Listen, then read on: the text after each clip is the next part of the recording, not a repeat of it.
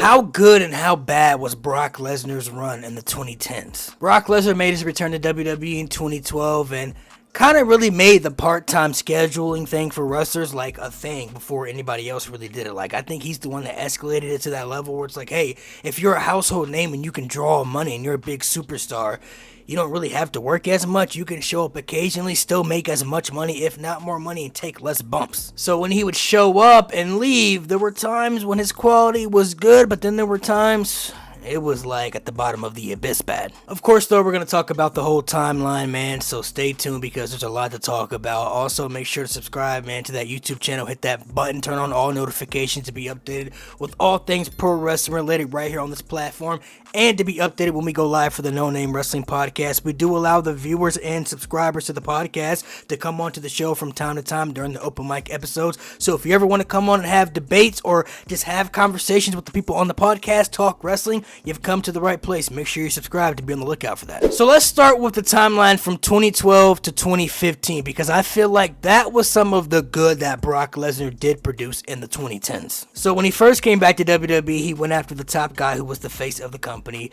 Mr. Hustle, Loyalty, and Respect himself, John Cena, the Invisible Man, and their match at Extreme Rules, I feel like, is way overhyped if you ask me. All this match was Brock Lesnar just dominating and beating up John Cena 97% of this match, only for John Cena to make a superhero heroic comeback at the end and actually win when he shouldn't have won that match. Like, Cena just came off the loss to The Rock at WrestleMania in 2012, was supposed to be like a downgrade of his career to get his redemption arc to face The Rock the next year in 2013, but I digress. The fact that Brock Lesnar loses to John Cena can beat Brock Lesnar in 2012, but he can't beat Lord Tentai. He can't beat John Laurinaitis out of all people. But he could beat Brock Lesnar. Yeah, that's believable. We move on, though. We move on. Now, the next feud that Brock had, his first real big major feud that had a 3-match series, SummerSlam, WrestleMania 29, and a steel cage match at Extreme Rules was against the game Triple H. I gotta keep it a buck with y'all. I feel like this feud is a little bit overhated. I did not hate this feud at all. I thought the storylines were really good going into the matches, and I thought the matches itself, I didn't really hate the matches. Some people said they were boring or lackluster or whatever the case may be. The match at SummerSlam in 2012, I genuinely did not hate. Thought it was pretty solid. The WrestleMania match, I did not hate either. Like, I thought the WrestleMania match was okay. It wasn't terrible to me. And then the steel cage match, I thought was pretty entertaining as well. So, the 3 matches they had, I genuinely thought that was some of the best stuff Brock Lesnar was doing at that time. Like, that was some of the most interesting stuff going on in WWE for me. And then he went on to do the stuff with CM Punk at SummerSlam, and oh my gosh. The Beast versus the Best, bro. That's one of the greatest SummerSlam matches of all time. Top 10 SummerSlam match in SummerSlam history. It's crazy that CM Punk and Brock only had 1 match together, but the match they had, bro, was amazing. That storyline also going into it was very good. Then we get to the year 2014. He had that match at the Royal Rumble against the Big Show, which was nonchalant, right? Like that match was just Brock Lesnar beating up the Big Show. The next big match, though, was Brock Lesnar going after the Streak, man, and we know the history between Lesnar and Taker. They had great matches during the Ruthless Aggression era. The Hell in a Cell match they had at No Mercy in 2002, I think, is one of the greatest Hell in a Cell matches of all time. But man, for Brock and Taker to have a good chemistry, their match at WrestleMania is probably the worst one they've had. Now, I know Undertaker suffered a very serious concussion going into that match, so that definitely played a factor, not going into the match, but during the match. That definitely played a factor of, probably the match not being as good as, they wanted it or we wanted it to be. But for Brock Lesnar to take the streak in a match that was very mid like that, I don't know, it didn't sit right with me at that time, and I feel like many people felt the same. Now, if we're being honest, Brock Lesnar's character arc is super believable to take something like the streak because he is the Beast incarnate, right? But for me, I didn't hate the decision of Brock taking the streak. I just really didn't like the match, and Brock beating the streak on a match like that, I just felt was like disappointing. But I mean, after that, they didn't stop pushing Brock Lesnar to the moon to make him even more dominant because SummerSlam comes around and he's fighting John Cena for the WWE World Heavyweight titles, and this match was pretty much like the same as Extreme Rules in 2012. Brock Lesnar was dominating majority of this match. Only this time, John Cena didn't have an answer. He didn't make a heroic comeback. He actually got conquered. If we're being honest, it's probably the most dominant win we've ever seen like somebody have in convincing fashion. It shocked everybody. It had people's jaws hitting the floor like, Yeah, people were shocked when the streak died, but when he conquered Super Cena, we always thought Cena would make a comeback and win, or at least make it a competitive fight, because that's what we've seen John Cena do at his peak, right?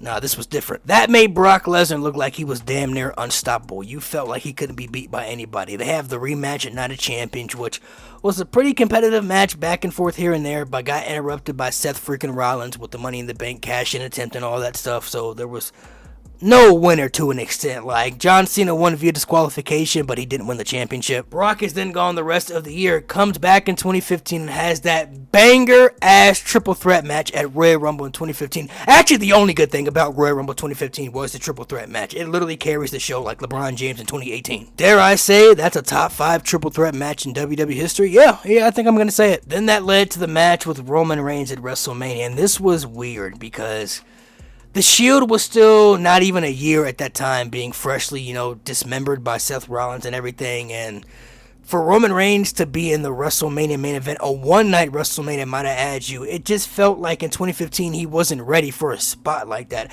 especially going up against somebody like Brock Lesnar. But kudos to them, they made it work, because when that bell rung, man, the match they had, honestly, it overexceeded expectations. This was very unpredictable because we didn't know what was going to happen. We had felt WWE was ready to move on from Brock as champion, but we also felt that we didn't think they were ready to put it on Roman just yet, so we didn't know what to expect, man. But they made us believe both scenarios. Brock Lesnar dominating this match, we're like, oh, this deja vu all over again. He's going to dominate Roman Reigns and do what he's been doing, but then they made us believe that Roman Reigns could actually win this match. When Roman was making a comeback and he made Brock bleed and everything, we're like, hold up, like, the people were on the edge of their seats, like, they were really into this. And then we get the heist of the century. Seth Rollins comes out running down that ramp. I'll never forget that, in my mind, just seeing Seth sprinting and running down the ramp, bro, with that Money in the Bank, cashes in, becomes WWE champion. Icing on the cake, bro. It was a hell of a match with the perfect ending. Of course, the Beast wants his rematch. The next night on Raw, he causes chaos, destroyed Michael Cole and beat up everybody in sight, bro. And this was a way to write him off TV until he was brought back by the Authority to face Seth Rollins at Battleground for the WWE Championship. And this was also very unpredictable because we didn't know what was going to happen. We're like, okay, no way Seth Rollins is beating Brock Lesnar. That's not going to happen, but don't think they're going to put the title back on Brock either. And I honestly could have never predicted what happened next, bro. When I heard that gong and Undertaker showed up in the ring and he tombstone Lesnar, I'm like, holy crap. That then led to one of the most epic and historical brawls in Monday Night Raw history, bro. That Undertaker and Brock Lesnar brawl, I'll never forget how lit that was. Watching it at that time in 2015, I was like, oh yeah, this is lit. This, if we're being honest, was like Undertaker's last, hurrah, bro. Like, this was the last good quality he was giving us from a storyline perspective and match quality all combined together. Because then we get to that SummerSlam match. I loved the promo package going into this match where the superstars were talking about who they think was going to win and how this match was being broke down. And once again, very unpredictable because didn't really know what was going to happen. Taker, is he going to beat Brock? Like, Brock Lesnar was so hard to predict at these times because you really didn't know whether he was going to win or lose sometimes. The way they ended this match, though, I'll say was kind of a strategic move because Undertaker pins Brock Lesnar when he's locked in that, Kimura lock, but Undertaker also tapped out, but the referee didn't see it, so technically Brock won that match but wasn't rewarded with the victory because afterwards, he put Brock Lesnar in that Hell's Gate move, and Brock Lesnar passed out, and Undertaker was, rewarded with the victory. But then, of course, you got to have one last match, which led to Hell in a Cell in 2015. I have to say, this was Undertaker's last great match, belt-to-belt and ring-wise, if you ask me, bro. The Hell in a Cell match they had wasn't better than the one they had in 02 at No Mercy, but this was a damn good Hell in a Cell match. I really think that was a very good way to end off that feud to cap off the Lesnar and Taker feud, and that was the end of the recap from 2012 to 2015. Now let's talk about 2016 alone. Brock Lesnar in 2016 was very iffy. Remember, he was in the Royal Rumble match and got eliminated by the Wyatt family, and we're all thinking they're setting up a Brock Lesnar versus Bray Wyatt match at WrestleMania 32. That's not what we got at all, actually. Instead, it was Brock Lesnar versus Dean Ambrose at WrestleMania 32. I did hear stories about Brock Lesnar didn't want to do business with Bray Wyatt for whatever reason. I don't know if that's true or not, but I did hear those rumors and speculations. But you know what? We can make this work. Lesnar, Ambrose, no holds barred, WrestleMania. What's not to love there? This could be fantastic. The build I thought was very intriguing. Then we get to that match. Super disappointing, but it makes sense because Jon Moxley talked about on a podcast that Brock just wasn't fully invested into this. I guess he didn't care enough to put the effort, into this match to make it something. I think they fumbled on so many aspects, especially Brock if he didn't want to put the effort into it, because that triple threat match they had at Fastlane between Roman, Dean Ambrose, and Brock was actually pretty entertaining. The winner goes on to fight Triple H for the WWE title at WrestleMania. That's what led to the Ambrose and Lesnar feud going into Mania, and the feud going into Mania I genuinely thought was very interesting, but the match, man, it really disappointed me. Then Brock is gone until SummerSlam. He comes back to fight Randy Orton, who also just came back from an injury. And we're like, oh, Brock and Randy, SummerSlam, bro, this is going to be lit. What's not to love about this? And this also disappointed in many ways.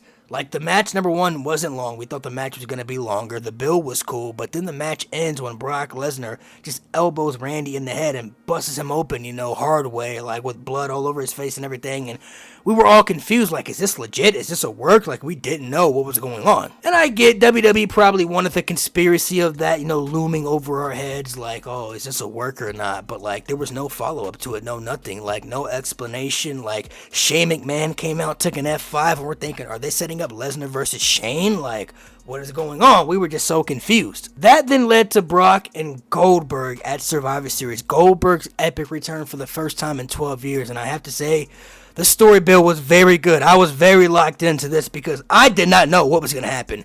Goldberg just came back to WWE. No way he loses, but Brock Lesnar barely loses at all. So I'm like, I don't know if I see Lesnar taking that L either. None of us, and I mean literally none of us, could have predicted what literally was going to happen in this match, bro. Like, this is when Goldberg's comeback was still fresh. People still really liked the idea of Goldberg being in wrestling before, years and years later. But the fact that this was a squash match, bro, WCW style, old prime Goldberg with the gray beard and everything, squashed Brock Lesnar, it had us stunned. We could not believe that Goldberg literally squashed Brock Lesnar in convincing fashion, which, when he did that, we're all like, alright, this setting up for a rematch at WrestleMania because Brock Lesnar's going to get that win back. No way he's taking a squash like this, and not going to get that win back. But we were cool with that. At least I was cool with that. Okay, I can dig the WrestleMania rematch. Oh, that's before they included the championship, though. Which now leads us to 2017 and 2019, that time frame, which was absolutely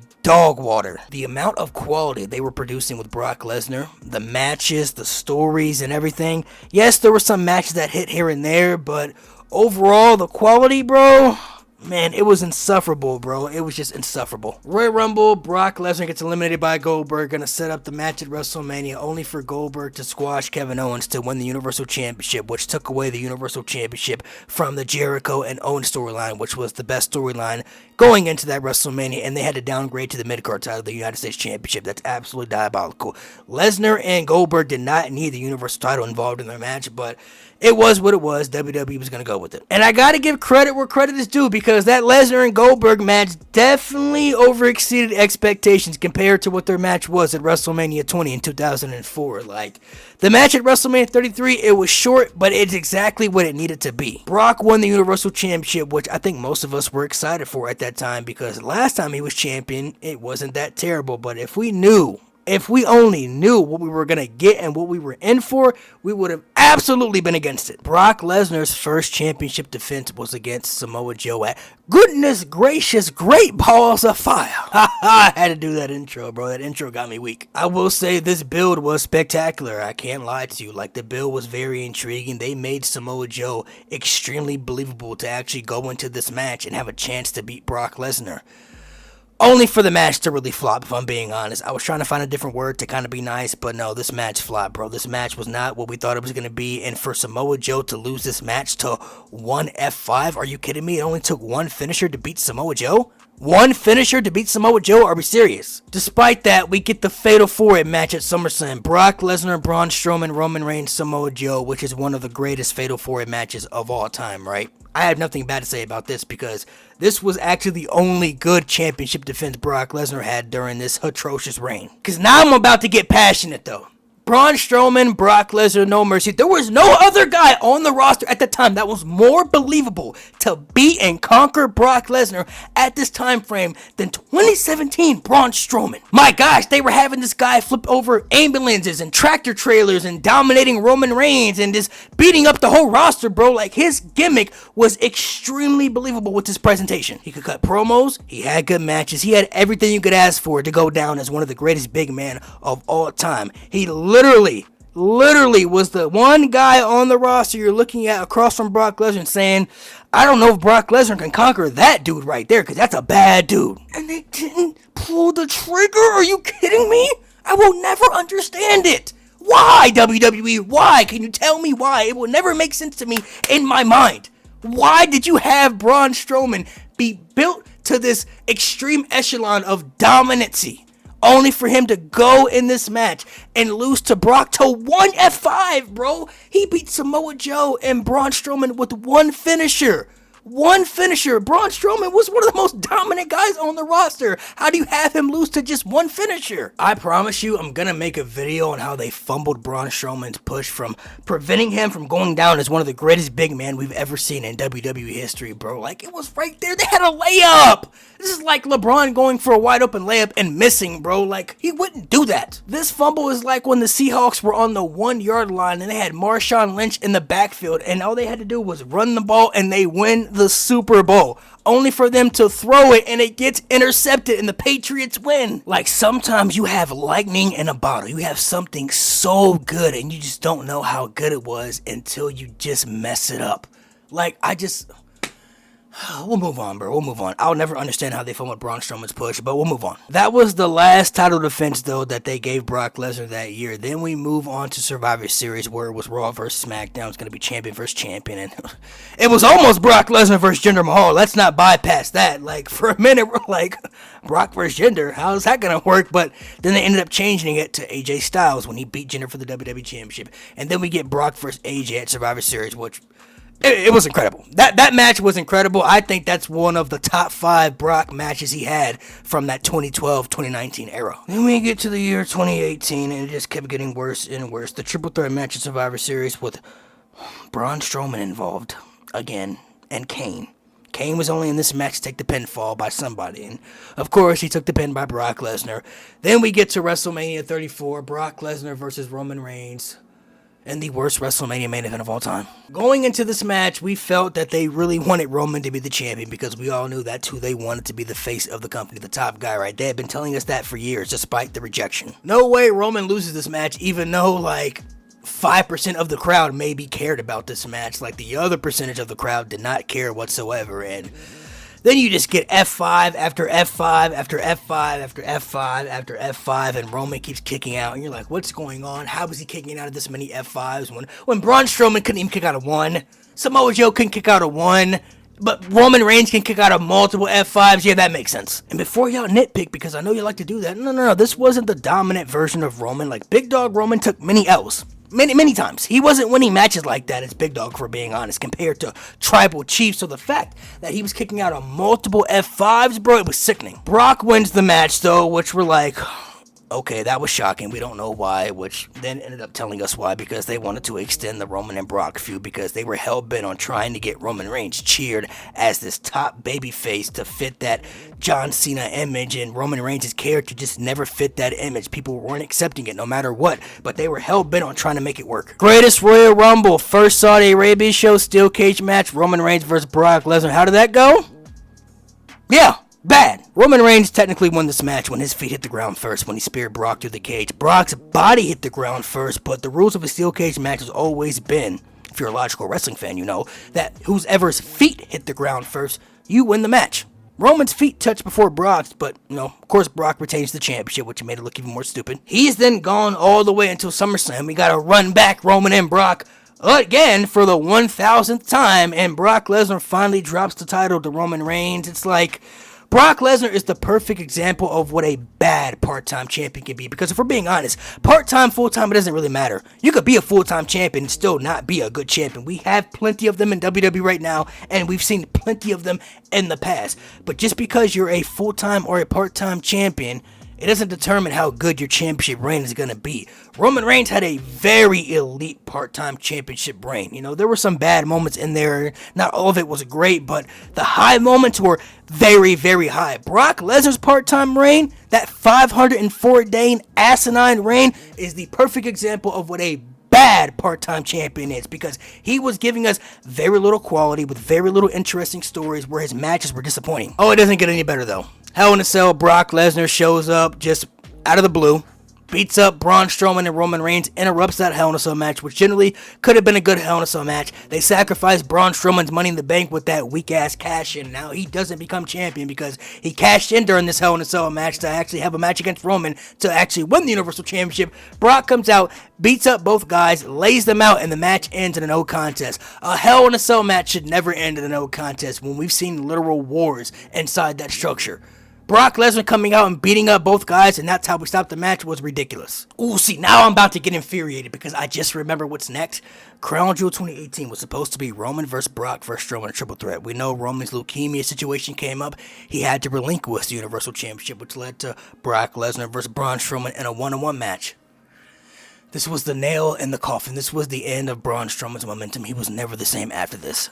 The fact they had the audacity to have this man, Braun Strowman, get literally dominated in this match by Brock Lesnar, where he hit multiple F5s just for him to win back the Universal title. Oh my gosh, what was WWE during this time, bro? How did we survive this era, bro? I promise you, if you think this era right now is just as bad as these times, I don't think you were watching, bro, because what kind of logical decision could you make to defend this?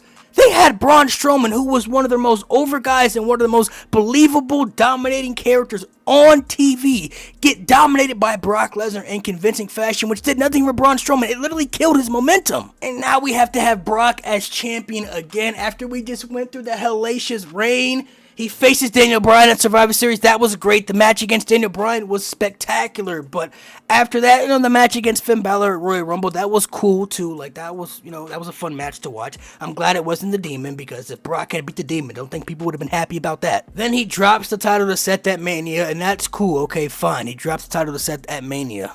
It continues to get worse, though. I promise you it does.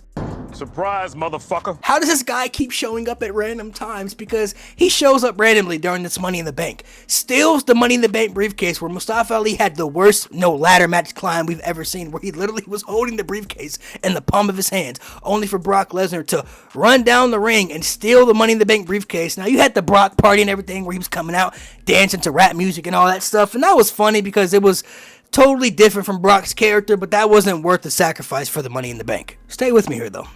They literally had Brock win that Money in the Bank to cash in on Seth Rollins, to retell a whole storyline they told with Seth going into WrestleMania for SummerSlam. The whole storyline going into SummerSlam was, can Seth Rollins overcome the beast incarnate Brock Lesnar? Can he defeat Brock Lesnar? Can he slay the beast? Yes! Yes, he can! We already saw him do it! He already did it! We saw him beat Brock at WrestleMania. They literally called him the Beast Slayer after that, bro. That was his nickname. Actually, going into the match, though, they were calling him the Beast Slayer, bro. He was on the Titantron for his entrance. I guess they thought we would forget or something that Seth Rollins already beat Brock Lesnar, and we were supposed to forget that happened, bro. They retold this storyline going into SummerSlam. Now, the SummerSlam match was really good. They had a way better SummerSlam match than they did at WrestleMania. I will say that, and Seth won back the Universal Championship. But then it gets worse. How does this keep happening, bro? How does it keep getting worse for Brock Lesnar's booking? Oh, they squashed Kofi Kingston on the episode of SmackDown, the first one on Fox. Not even a competitive match. Brock didn't even break a freaking sweat. Oh, but it gets worse, because not only did they have Kofi get squashed, and not only did he not get a rematch, they had Cain Velasquez, former UFC heavyweight champion, right, debut after that, to set up a Brock Lesnar and Cain Velasquez match in Saudi Arabia for the WWE Championship. Who asked for this? They sacrificed Kofi Kingston's WWE Championship run after that epic Kofi Mania to set up Brock Lesnar versus Cain Velasquez in Saudi Arabia because of their UFC pass. Listen, I watch UFC, I'm a fan, but WWE fans who may not watch UFC, they did not care about the past UFC story about these two having history and Brock Lesnar getting his ass beat by Cain Velasquez in the octagon and stuff. They could have cared less. This is WWE we're talking about. They did not care to see Kofi Kingston's championship reign to get sacrificed for this match. A mid-match, might I add you, a mid-ass WWE championship match where Brock Lesnar beats Cain Velasquez, and then we never saw Cain Velasquez again in WWE after this. This was the only match he ever had in WWE. The only match he ever had in WWE was a WWE championship match against Brock Lesnar that he lost, and he disappeared forever. They sacrificed Kofi's reign as champion to end that way, just to set up a match with somebody that never came back to WWE afterwards. I can't make this up. That led to Brock versus Ray at Survivor Series, which was pretty entertaining with Dom involved and everything. Royal Rumble 2020, I think, is one of the greatest, if not the greatest Royal Rumble ever. The way they structured that and built that was spectacular. Brock Lesnar being the champion going into this match, which was stupid at first. Kind of going into it, we're like, why is Brock going into this match as champion? Why is he even in the Royal Rumble period if he's not defending the championship? But it made sense for the storyline purpose. Brock is dominating people left and right. He's looking like a beast, and we're all getting nervous. Drew McIntyre comes out, though, eliminates Brock. It's a massive, massive pop, bro. What a standing ovation he got. That was all to help build, Drew McIntyre as a babyface, a monster babyface going into that match at WrestleMania, which ended up working. And then, of course, Brock Lesnar went on to lose the WWE Championship to Drew McIntyre in front of absolutely crickets, in front of roaches in the ceiling. Nobody was there because the pandemic had hit. Now, I know this went past, the 2019 era that I talked about, but I felt those were kind of important to include in that. But you see why people have issues with Brock Lesnar, because sometimes it seems like he doesn't care enough to put in effort, for certain things, and it just feels that way based off certain matches or certain endings of matches or how certain stories are booked, because when Brock cares, he can go. We've seen it. We've seen it many times, but then it's like when we feel he doesn't care and there are certain superstars that are on the same level as him with a believability standpoint that he continues to beat and it hurts them, it just put a sour taste in your mouth. So yeah, you could argue that beginning stages of Brock's comeback was cool. I enjoyed it, but them later years, bro, so much bad, bro. And like I said, it continued to get worse. How it continued to get worse, bro, I felt like they were trying to top themselves, pause. I felt like they were trying to, I don't want to say that word again, but they were trying to overdo themselves. That's the word. They were trying to overdo themselves of how bad can we possibly make this? This was already bad, but can we make it more bad? And they continue to do it. It was rough. That 2017, 2018, 2019, it was really rough. I'm not going to lie to you. It was really hard. Brock Lesnar was becoming part of the reason why it was getting hard to watch WWE's product. Now, maybe you disagree. Maybe you feel Brock Lesnar's a little disrespected. Maybe you feel that his run during that time wasn't as bad as I made it out to be. Let me know what you believe in the comment section below. Also, don't forget to hit the subscribe button for the YouTube channel to be updated with all wrestling content right here on this channel. If you want to check out more wrestling videos, you can click the video right here. If you want to check out the podcast that I'm on, the No Name Wrestling Podcast that you, the viewers, can be a part of, you can watch every episode right here on the playlist.